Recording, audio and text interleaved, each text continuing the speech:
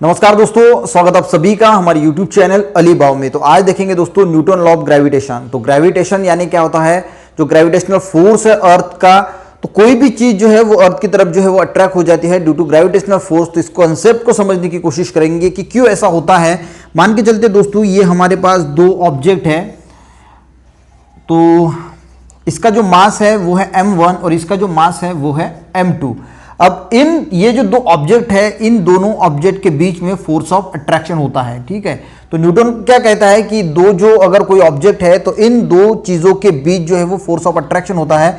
तो इसका जो फोर्स ऑफ अट्रैक्शन है इसे मैं कहता हूं F1 और इसका जो फोर्स ऑफ अट्रैक्शन है इसे मैं कहता हूं F2। ठीक है, अब इसका जो मास है ये सेंटर पे कॉन्सेंट्रेट होता रहता है, तो इसके सेंटर से ये जो इनका जो डिस्टेंस है, इस डिस्टेंस को हम कहेंगे दोस्तों r। तो ये हो गया इस ऑब्जेक्ट का मास m1, इस ऑब्जेक्ट का m2, और ये हो गया फोर्स और ये हो गया फोर्स। तो ये जो दो फोर्स होते हैं ये इक्वल होते हैं, यानी ये फोर्स और ये F1 और F2 जो होता है वो होता है इक्वल। ठीक है, अब F1 और F2 जो होता है वो इक्वल होता है। अब होता क्या है दोस्तों, अगर हम बात करें फोर्स की F1, तो इसमें अगर हम ये F1 निकालेंगे तो ये आएगा G। मैं ये इसमें लिख देता हूं, इसका अगर मैं लिखूंगा F1 इज इक्वल टू ये होगा G, इस ऑब्जेक्ट का मास M1, इस ऑब्जेक्ट का मास M2 डिवाइडेड बाय R, और इज इक्वल टू होगा F2। यानी जो फोर्स है वो F1 और F2 जो है इक्वल है, यानी F1 इज इक्वल टू होता है G M1 M2 divided by R is equal to F2। यानी F1 यानी भी यही होता है और F2 यानी भी जो यही होगा, क्योंकि इन दोनों का जो फोर्स है वो इक्वल है। अब हमें पता है दोस्तों कि फोर्स इज इक्वल टू क्या होता है, मास इनटू एक्सीलरेशन। ये आपने सीखा होगा या पढ़ा होगा कि फोर्स इज इक्वल टू हम कहते हैं मास इनटू एक्सीलरेशन भी होता है। तो अगर मैं F1 इज इक्वल टू कहता हूं तो ये वैल्यू आएगी m1 इंटू a1, यानी इसका जो एक्सीलरेशन है, इस बॉडी का एक्सीलरेशन a1 और इस बॉडी का एक्सीलरेशन जो है वो होगा a2। अब होता क्या है, अगर m1 और m2 की वैल्यू अगर मैं यहां पे पुटअप करता हूं तो F1 इज इक्वल टू ये चीज होता है, ये अभी थोड़ी देर के लिए रहने दीजिए। तो F1 इज इक्वल टू क्या होता है, m1 acceleration is equal to ये वैल्यू मैं यहां पे लिखता हूं G m1 m2 divided by R। तो ये m1 और m2 जो है ये यहां पे मैं डिलीट करता हूं, तो यहां पे आएगा a1 is equal to G m2 upon R। इसी तरह दोस्तों अगर मैं F2 की वैल्यू अगर लेता हूं तो ये आती है m2 a2, यानी m2 का मास, इस ऑब्जेक्ट का मास, ये जो फोर्स है ये m2 का, और इसका जो है वो एक्सीलरेशन। अब ये वैल्यू अगर मैं इस पे पुटअप करता हूं, F2 इज इक्वल टू भी यही है, तो मैं करता हूं F2 is equal to G m1 m2 divided by R।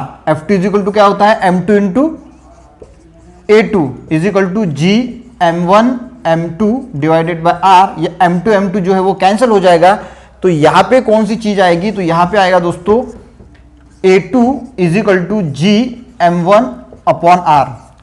तो गौर से अगर आप देखेंगे दोस्तों, तो जो a2 है यानी इसका जो एक्सीलरेशन है ये m2 था। ठीक है, यहां पे हमने जो दिखा था F2 था, और इसका जो एक्सीलरेशन था वो था एक्सीलरेशन इसका।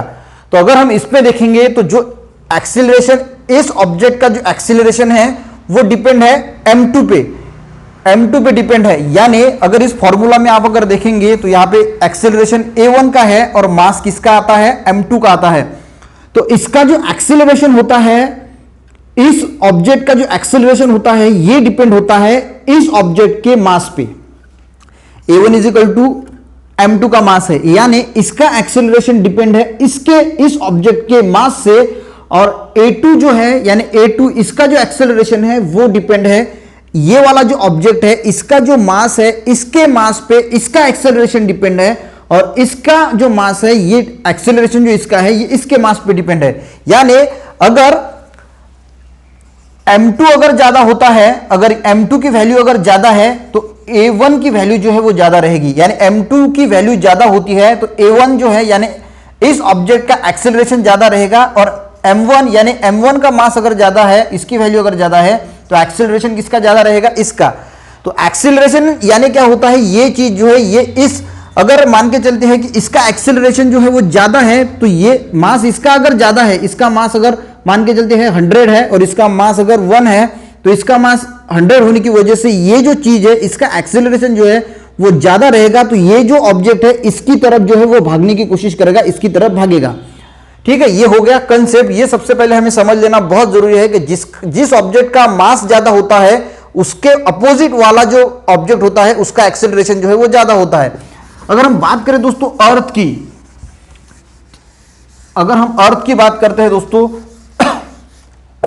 तो मान के चलते हैं कि ये जो है ये अर्थ है और इसका जो मास है ये यहां पे कॉन्सेंट्रेट है, ठीक है, और यहां पे जो है ये दूसरा ऑब्जेक्ट है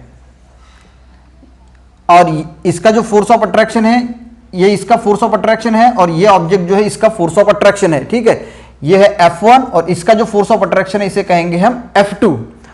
अब इसका जो मास है वो कहेंगे m1 अर्थ का और दूसरा जो कोई ऑब्जेक्ट है इसका मास कहेंगे m2।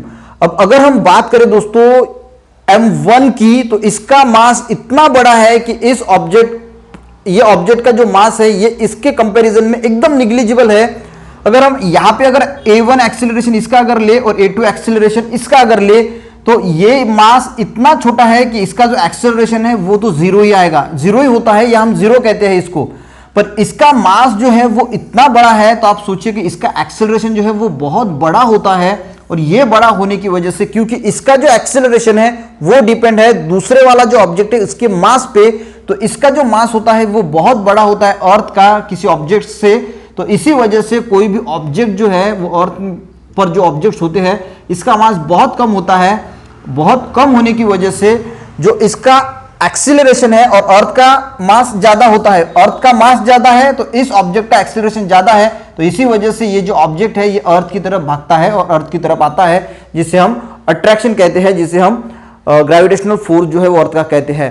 तो इसी वजह से एक्सीलरेशन की वजह से दोस्तों ऐसा होता है। तो यही न्यूटन के लॉ ऑफ ग्रेविटेशन है।